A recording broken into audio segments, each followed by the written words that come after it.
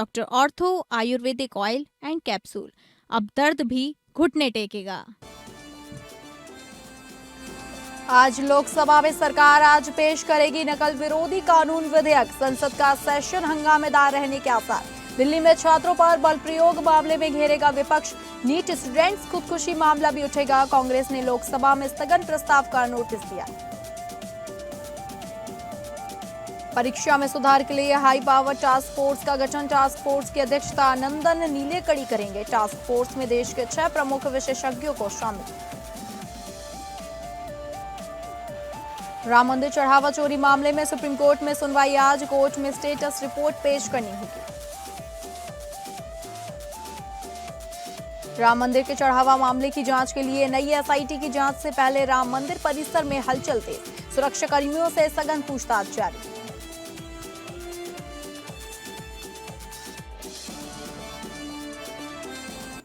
नमस्कार, आप सभी का बहुत स्वागत है और मैं हूं आपके साथ अंकिता सिंह। शुरुआत करेंगे बुलेटिन की बड़ी खबर का रुख करके। संसद के सेशन का रहेगा आज हंगामेदार। संसद में नकल विरोधी कानून विधेयक लाएगी सरकार। दिल्ली में छात्रों पर बल प्रयोग मामले में घेरेगा विपक्ष। नीट स्टूडेंट्स खुदकुशी मामला भी उठेगा। कांग्रेस ने लोकसभा में स्थगन प्रस्ताव का नोटिस दिया है। आपको बता दें, केंद्र सरकार आज लोकसभा में सार्वजनिक परीक्षाएं अनुचित साधनों की रोकथाम संशोधन विधेयक 2026 पेश कर रही है। केंद्रीय मंत्री डॉक्टर जितेंद्र सिंह इस नकल विरोधी विधेयक को सदन में रखेंगे, जिसका उद्देश्य पेपर लीक और परीक्षा में होने वाली धांधलियों पर रोक लगाना है। दोषी पाए जाने वाले व्यक्तियों या संस्थानों के लिए 10 साल तक का जेल और भारी जुर्माने का प्रावधान किया गया है। समयबद्ध जांच। इस नए संशोधन के तहत मामलों की जांच 2 महीने के भीतर पूरी करने का लक्ष्य रखा गया है। परीक्षा से जुड़े गंभीर अपराधों की रोजाना सुनवाई के लिए विशेष फास्ट ट्रैक अदालतें बनाई जाएंगी, जिनमें चार्जशीट दाखिल होने के 3 महीने के भीतर ट्रायल पूरा होगा। उधर दिल्ली में गत 20 जुलाई को छात्रों के आंदोलन के दौरान पुलिस, आरएएफ जवान समेत अन्य सुरक्षा बलों की तरफ से किए गए बल प्रयोग मामले में विपक्ष हमलावर है। वहीं आज संसद में सरकार को घेराव की तैयारी के बीच सरकार भी पलटवार के लिए तैयार है। डीएमके सांसद तिरुचि शिवा ने राज्यसभा में नियम 267 के तहत कार्य स्थगन का नोटिस दिया है। उन्होंने देश में डॉक्टर बनने की तैयारी कर रहे छात्रों की स्थिति, नीट परीक्षा से जुड़े तनाव और इसके बाद छात्रों की लगातार हो रही आत्महत्याओं पर चर्चा की मांग की है।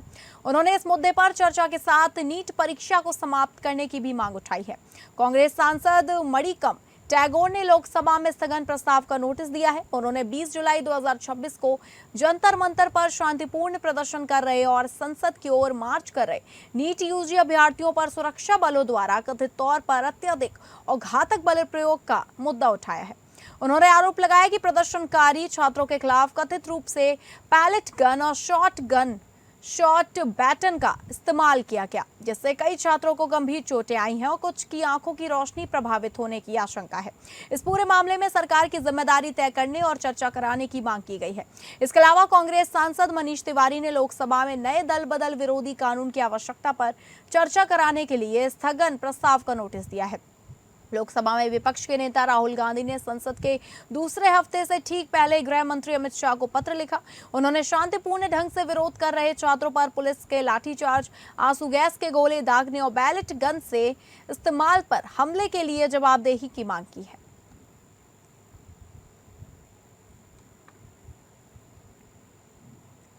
और अगली बड़ी खबर का रुख करेंगे, जहां परीक्षाओं में सुधार के लिए हाई पावर टास्क फोर्स का गठन। टास्क फोर्स की अध्यक्षता नंदन नीलेकड़ी करेंगे। विशेषज्ञों को भी शामिल किया जाएगा।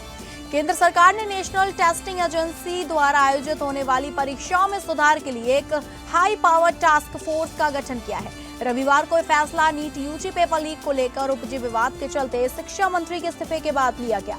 इस टास्क फोर्स की अध्यक्षता टेक्नोलॉजी के जाने माने विशेषज्ञ और इन्फोसिस के सह संस्थापक नंदन नीलेकड़ी करेंगे। सरकार का मकसद परीक्षा प्रणाली को पहले से ज्यादा पारदर्शी, सुरक्षित और टेक्नोलॉजी पर आधारित बनाना है। सरकार की ओर से गठित की गई इस टास्क फोर्स में देश के 6 प्रमुख विशेषज्ञों को शामिल किया गया है।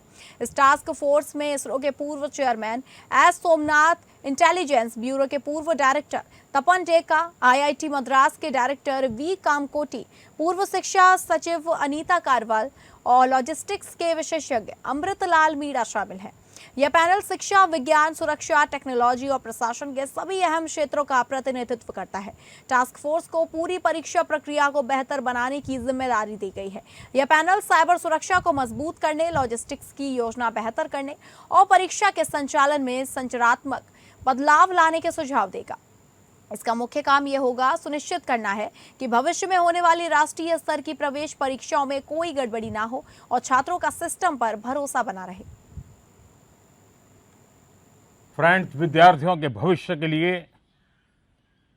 भारत सरकार लगातार अनेकविध कदम उठा रही है। जिन लोगों ने विद्यार्थियों के भविष्य के साथ खिलवाड़ किया, वे जेलों में सड़ रहे हैं। हमने फास्ट ट्रैक कोर्ट बना चुके हैं। हम कल पार्लियामेंट के अंदर भी कठोर कानूनों के प्रावधान के साथ नया कानून बनाने की दिशा में भी आगे बढ़ रहे हैं। लेकिन हमें भविष्य के लिए सोचना है।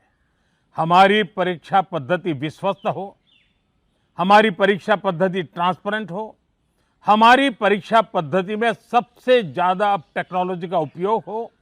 इन सारी बातों को ध्यान में रखते हुए विश्व प्रसिद्ध टेक्नोलॉजी एक्सपर्ट श्रीमान नंदन नीलेकनी जी के नेतृत्व में एक हाई पावर टास्क फोर्स बनाने का निर्णय किया है, जो एग्जामिनेशन रिफॉर्म की तरफ फोकस करेगा और जल्द से जल्द आने वाली परीक्षाओं की विश्वसनीयता को सुनिश्चित करने का काम इसके रिपोर्ट के आधार पर कर दिया जाएगा।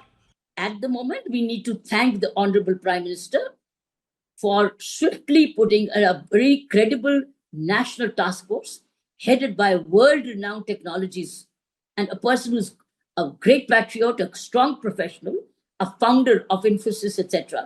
I think, and the exams today's world will be technology-driven.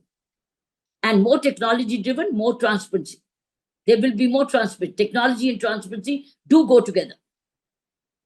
And then how do you prepare the students to use technology for examinations? All this would be a very important task before the task force. How the task force is going to work through its very credible 5 members already announced. And the team will also expand. Therefore, I think we should wait for more to come. But at the moment, we should say, feeling relieved, without losing time, the Prime Minister has communicated proactively setting up a national task force and headed by nobody other than Mr. Nandan Nilekani. और अगली बड़ी खबर का रुख करेंगे, जहां पर राम मंदिर चढ़ावा चोरी मामले को लेकर आपको बता दें कि राम मंदिर चढ़ावा चोरी मामले में सुप्रीम कोर्ट में आज सुनवाई होगी। आज मामले पर सुनवाई करेगा सुप्रीम कोर्ट। यूपी सरकार ने नई एसआईटी बनाई गई है। आपको बता दें कि नई एसआईटी का गठन किया गया है। वहीं नई टीम के नाम पेश करेगी यूपी सरकार। आपको बता दें कि आज यूपी सरकार नई टीम का नाम पेश करेगी। वहीं आज राम मंदिर चढ़ावा चोरी की स्टेटस रिपोर्ट पेश करनी होगी। राम मंदिर चढ़ावा चोरी मामले में सुप्रीम कोर्ट में आज सुनवाई होगी और नई एसआईटी का गठन करेगी सरकार। अयोध्या राम मंदिर चढ़ावा चोरी मामले में सुप्रीम कोर्ट को आज सुनवाई है। इससे पहले 20 जुलाई को कोर्ट ने दोबारा एसआईटी बनाने का आदेश दिया था। सुनवाई के दौरान चीफ जस्टिस सूर्यकांत ने कहा कि नए सिरे से एसआईटी बनाई जाए। सीनियर आईपीएस अधिकारी टीम को अगुवाही करेंगे ताकि जांच किसी निर्णायक स्तर तक पहुंचे। यह आदेश chief justice Suryakant, justice Joymalya Bagchi और जस्टिस वी मोहना की पीठ ने सुनवाई के दौरान दिया था। इसके बाद यूपी सरकार ने नई एसआईटी का गठन कर दिया है। इसमें 3 सदस्य हैं। इसकी कमान आईजी लखनऊ रेंज किरण एस को सौंपी गई है। पहले एसआईटी की अध्यक्षता आईएएस अधिकारी विजय विश्वास पंत कर रहे थे। किरण एस उनकी टीम में थे, मगर टीम के इंचार्ज विश्वास पंत थे। कोर्ट ने कहा था कि 27 जुलाई को राम मंदिर चढ़ावा चोरी की स्टेटस रिपोर्ट पेश करनी होगी। सीजीआई ने कहा था, हम केवल सावधान करना चाहते हैं, इस मामले में राजनीति ना करें। पहली नजर में यह दंड कानून के तहत अपराध का मामला लगता है। इसकी निष्पक्ष, स्वतंत्र और पूरी ईमानदारी से जांच होनी चाहिए। जांच को उसके तार्किक निष्कर्ष तक पहुंचाया जाना चाहिए। बस यही हमारी बात है। और इस खबर की अधिक जानकारी के साथ हमारे संवाददाता विवेक सिंह चंदेल हमारे साथ जुड़ चुके हैं। विवेक, आज इस मामले पर राम मंदिर चढ़ावा चोरी मामले पर आज स्टेटस रिपोर्ट पेश होगी, नई एसआईटी का गठन होगा, साथ ही साथ आज सुनवाई भी है मामले को लेकर। बिल्कुल, जो 20 जुलाई को सुनवाई हुई थी इस मामले पर, तो सुप्रीम कोर्ट की तरफ से एक सुझाव दिया गया था कि जब पहली बार इस मामले पर सुनवाई हुई थी तो सीजीआई ने कहा था कि इस मामले में स्टेटस रिपोर्ट दाखिल किया जाए। तो पिछली सुनवाई में जब स्टेटस रिपोर्ट दाखिल की गई, जो एसआईटी स्टेट गवर्नमेंट की तरफ से बनाई गई थी, उसने जांच के बाद अपनी रिपोर्ट सीलबंद लिफाफे में कोर्ट के सामने प्रस्तुत की थी जी। तो जो एसआईटी में जिन लोगों को रखा गया था उसमें आईपीएस लेवल के अधिकारी को एक रखे जाने का सुझाव देते हुए सीजीआई ने कहा था कि इसमें आईपीएस अधिकारियों को, सीनियर आईपीएस अधिकारियों को इसमें शामिल किया जाए, जिससे जांच एक निर्णायक स्तर पर पहुंच सके। इसके लिए उन्होंने कहा था कि नई एसआईटी गठित करने पर विचार किया जाए, जिसमें आईपीएस, सीनियर आईपीएस अधिकारियों को रखा जाए। ऐसे में जो एसआईटी स्टेट गवर्नमेंट की तरफ से गठित की गई थी, जो जांच कर रही थी, उसमें परिवर्तन करते हुए 3 नामों की बात कि जिसमें 3 आईपीएस ऑफिसर्स हैं, उनके नाम सुप्रीम कोर्ट के सामने आज स्टेट गवर्नमेंट दे सकती है और ये कह सकती है कि अगर कोर्ट इनमें से किसी को, जिनको 2 को चाहे, वो आईपीएस अधिकारियों को इसमें शामिल कर सकती है, जिसके बाद इस मामले की जांच को और आगे बढ़ाया जाएगा।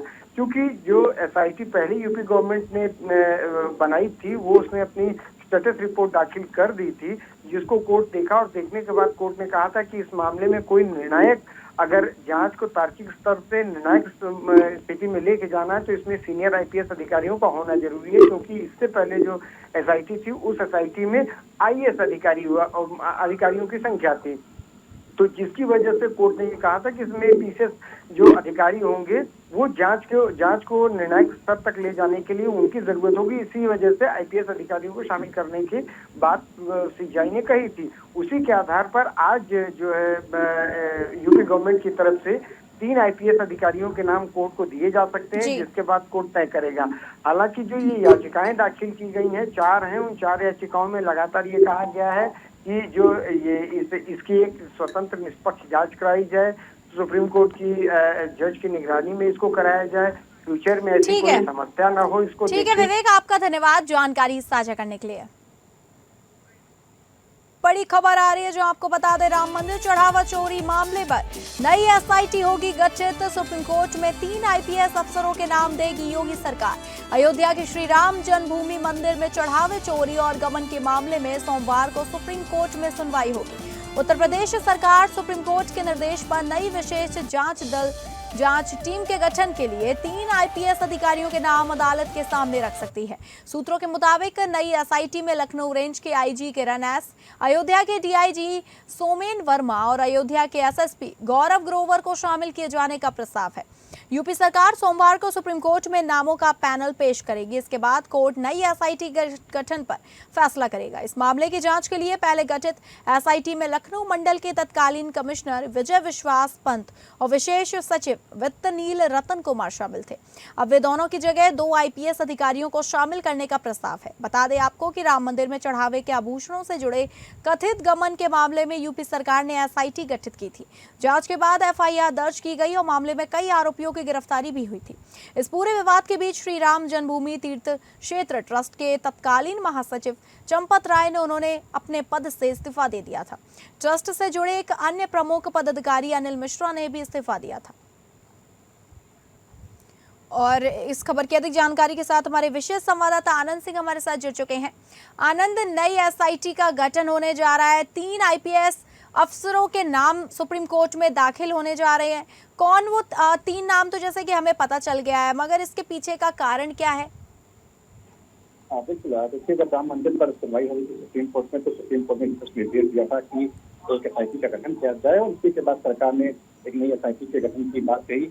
और अब नई एंट्री होने जा रही है एसआईटी की टीम की, जिसमें जो लखनऊ रेंज के आईजी हैं किरण है, वो शामिल होंगे। अयोध्या के डीआईजी सोमेन वर्मा और जो पुलिस वरिष्ठ पुलिस अधीक्षक डॉक्टर गौरव ग्रोवर, उनको शामिल किया जाएगा नई एसआईटी में। और जो पुरानी एसआईटी है उसकी आपने देखा होगा, कुछ दिन पहले ही उन्होंने रिपोर्ट तलब की गई थी। जो पुरानी एसआईटी जांच कर रही थी उसकी रिपोर्ट भी सुप्रीम कोर्ट को दी गई थी, जो एसआईटी ने भी जांच की थी। अब एक ये नई एसआईटी सुप्रीम कोर्ट के आदेश के बाद आ रही है और ये कहा जा रहा है कि राम मंदिर सेक्टर में जो चढ़ावा चोरी का प्रकरण आया था, उसमें जांच में कुछ और चीजें निकल कर सामने आएंगी। तमाम जो पुलिस और जो अन्य सुरक्षा एजेंसियों के कर्मी थे, जो कर्मचारी थे राम मंदिर के, उनसे पूछताछ SIT करेगी और जो चीजें अभी रह गई हैं वो इस पूछताछ में निकल कर सामने आएंगी। जी ठीक है आनंद, आपका धन्यवाद जानकारी साझा करने के लिए। तो आपको बता दें कि सुप्रीम कोर्ट में 3 IPS अफसरों के योगी सरकार नाम दाखिल करेगी और नई SIT का गठन होगा। और अगली बड़ी खबर का रुख करेंगे राम मंदिर के चढ़ावा में नई SIT की जांच से पहले राम मंदिर परिसर में हलचल तेज। लखनऊ रेंज के IG किरण एस टीम का हिस्सा, सुरक्षा कर्मियों से सघन पूछताछ जारी। राम मंदिर के चढ़ावा चोरी मामले में शीघ्र की गई SIT की एंट्री होने जा रही है। जांच प्रारंभ होगी। सुप्रीम कोर्ट के निर्देश के बाद यूपी सरकार ने नई SIT का गठन कर दिया। यह टीम कभी भी अयोध्या पहुंचकर जांच प्रारंभ कर सकती है। टीम में लखनऊ रेंज के IG किरण एस, अयोध्या के DIG सोमेन वर्मा, वरिष्ठ पुलिस अधीक्षक डॉक्टर गौरव ग्रोवर हैं। उधर सरकार के इस कदम से पहले ही राम मंदिर परिसर में हलचल तेज हो गई है। परिसर के पुलिस उच्च अधिकारी अपने स्तर पर चढ़ावा चोरी के दौरान तैनात रहे पुलिस व अन्य सुरक्षा एजेंसियों के कर्मियों और अधिकारियों से पूछताछ कर रहे हैं। गणना कक्ष के आसपास तैनात रहे सुरक्षा कर्मी ऐसे केंद्र तो नहीं है, साथ ही में ही परिसर के अन्य पॉइंट पर लगे सुरक्षा कर्मियों से भी पूछताछ हो रही है। कुछ दिन पहले शुरू हुआ यह क्रम सतत चल रहा है। पुलिस के सुरक्षा कर्मियों के अतिरिक्त निजी कंपनियों के सुरक्षा कर्मी इस जांच के दायरे में है। जून व जुलाई महीने में इन एजेंसियों के जिन सुरक्षा कर्मियों की तैनाती गणना कक्ष या उसके आसपास लगी थी, वह पूछताछ के दायरे में है। इसके अतिरिक्त मौजूद समय में तैनात कर्मियों से उनके कामकाज पूछे जा रहे हैं। और इस खबर की अधिक जानकारी के साथ हमारे संवाददाता रवि श्रीवास्तव हमारे साथ जुड़ चुके हैं। रवि, SIT का गठन अभी हुआ भी नहीं है, होने जा रहा है, मगर उससे पहले जिस तरीके से हलचल तेज हो गई है, पूछताछ जारी है, क्या इसको लेकर जानकारी है? रवि, आपको हमारी आवाज आ रही है?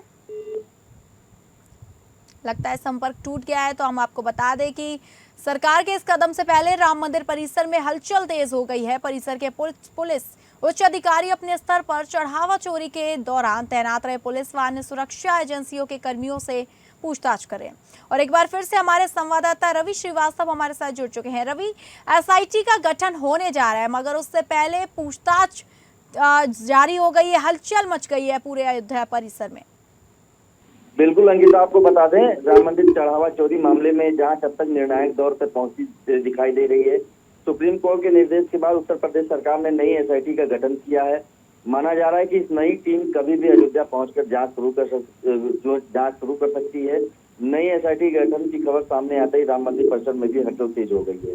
पुलिस और सुरक्षा एजेंसियों ने अपने स्तर पर तैयारी शुरू कर दी है। घटना के समय ड्यूटी पर तैनात पुलिस कर्मियों, निजी एजेंसी और कर्मचारियों और अन्य संबंधित लोगों से लगातार पूछताछ की जा रही है। खास तौर पर गणना कक्ष और उसके आसपास तैनात रहे सुरक्षा कर्मियों की विस्तृत जानकारी जुटाई जा रही है। सूत्रों के अनुसार आपको बता दें कि जून और जुलाई के दौरान जिन कर्मचारियों की ड्यूटी इस संवेदनशील क्षेत्र में लगी थी, उन्हें भी जांच के दायरे में रखा गया है। अधिकारियों का उद्देश्य घटना से जुड़े हर पहलू को समझना और किसी भी संभावित चूक या संदिग्ध गतिविधि की जानकारी एकत्रित करना है। वहीं चोरी के दर्ज मामले की विवेचना कर रही पुलिस टीम ने अपनी कार्रवाई जारी रखते हुए जांच अधिकारी उन सभी लोगों से पूछताछ कर रहे हैं जिनका किसी भी स्तर पर आरोपियों से संपर्क या संबंध बना होने की आशंका है। फिलहाल सभी की निगाहें इस SIT की टीम पर टिकी हुई है। उम्मीद की जा रही है टीम पूरी मामले की नए सिरे से गहन पड़ताल करेगी और जांच में सामने आने वाले तथ्यों के आधार पर आगे की कार्रवाई तय की जाएगी। ठीक है रवि, आपका बहुत धन्यवाद जानकारी साझा करने के लिए। और अगली बड़ी खबर का रुख करेंगे जो आ रही है झारखंड से, जहां श्रावणी मेला पर सुरक्षा सख्त, कांवड़ियों की सुरक्षा पर प्रशासन का विशेष ध्यान। सिविल ड्रेस में तैनात पुलिसकर्मी, CCTV और ड्रोन से होगी निगरानी। मेले में आज और कल खास भीड़ रह सकती है। आपको बता दें, विश्व प्रसिद्ध श्रावणी मेला की तैयारी प्रशासन ने तैयारी कर ली है। मेला क्षेत्र में कांवड़ियों की सुरक्षा पर प्रशासन का विशेष ध्यान है। शरारती तत्वों पर CCTV और ड्रोन से नजर रखी जाएगी। दुमका के DCA डोडे ने बताया कि DSP, इंस्पेक्टर, BDO और CO की तैनाती की गई है। सिविल ड्रेस में तैनात पुलिसकर्मी चप्पे चप्पे पर मुस्तैद रहेंगे। कांवड़ियों की सुरक्षा का ख्याल विशेष तौर पर रखा गया है। मेला क्षेत्र में एम्बुलेंस, टेंट, शौचालय और पीने के पानी की व्यवस्था की गई है। वहीं सुरक्षा को ध्यान में रखते हुए बाहर से अतिरिक्त फोर्स और मजिस्ट्रेट की ड्यूटी पर लगाई गई है। डीसी दोड्डे के अनुसार पहली बार वासुकीनाथ का ऑनलाइन दर्शन और दान देने की सुविधा दी गई है। असमर्थ श्रद्धालु बाबा भोलेनाथ का ऑनलाइन दर्शन कर सकते हैं और QR कोड के जरिए दान भी दे सकते हैं। 21 जुलाई को श्रावणी मेले के उद्घाटन अवसर पर 2 मंत्री मौजूद रहेंगे। वहीं श्रावणी मेला के दौरान श्रद्धालु सुल्तानगंज से जल भरकर देवघर की यात्रा करते हैं।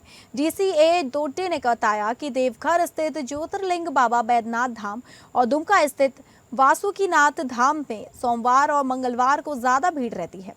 वासुकीनाथ धाम में अर्घा सिस्टम के जरिए कांवड़िए जल अर्पण कर स्क्रीन पर बाबा और माता का दर्शन कर सकेंगे। आपको बता दें, सावन में बिहार, बंगाल, झारखंड, यूपी, मध्य प्रदेश के अलावा नेपाल और भूटान से शिव भक्त जल अर्पण करने देवघर और वासुकीनाथ धाम पहुंचते हैं। 1 महीने तक चलने वाले राजकीय मेले की तैयारियों की समीक्षा बैठक करेंगे। मुख्यमंत्री हेमंत सोरेन करेंगे। बैठक में दुमका और देवघर के सभी अधिकारी मौजूद रहेंगे। और इस खबर की अधिक जानकारी के साथ हमारे ब्यूरो हेड अजय सिंह हमारे साथ जुड़ चुके हैं।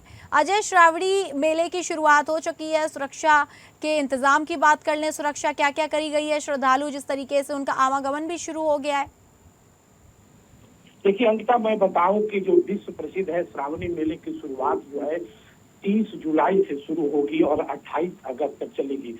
ये जो है गिनीज बुक ऑफ वर्ल्ड में भी सबसे लंबी दूरी तक और सबसे अधिक दिनों तक भी चलने वाली श्रावणी मेला है। इस पे जो है कल झारखंड के लिए वो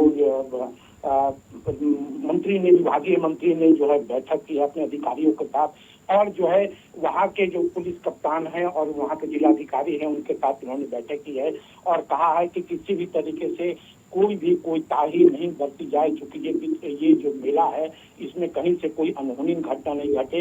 इसलिए इस बार जो है उन्होंने ये भी कहा कि जो श्रावणी मेले की जो इस बार है जो AI आधारित ड्रोन वो जो है निगरानियों के किया जाएगा और दूसरी तरफ फेस रिकॉग्निशन कैमरे लगाए जाएंगे और 11,500 पुलिस कर्मियों की तैनाती हुई है। CRPF की 3 कंपनियां, झारखंड जगुआर के बम निरोधक और NDRF की टीम जो है तैनात रहेगी। एक बात जो सबसे महत्वपूर्ण बात है कि उन्होंने जो कहा है कि जो VIP जो दर्शन होता है वो श्रावणी मेला के दौरान 30 दिनों में बिल्कुल बंद रहेगा। आउट ऑफ टर्न दर्शन करने की किसी को भी कोई इजाजत नहीं होगी। यानी पूरी तरह जो है सरकार है कि चाक चौबंद किया जाए। जी ठीक है अजय, आपका बहुत धन्यवाद जानकारी साझा करने के लिए। तो फिलहाल इस बुलेटिन में इतना ही। नमस्कार।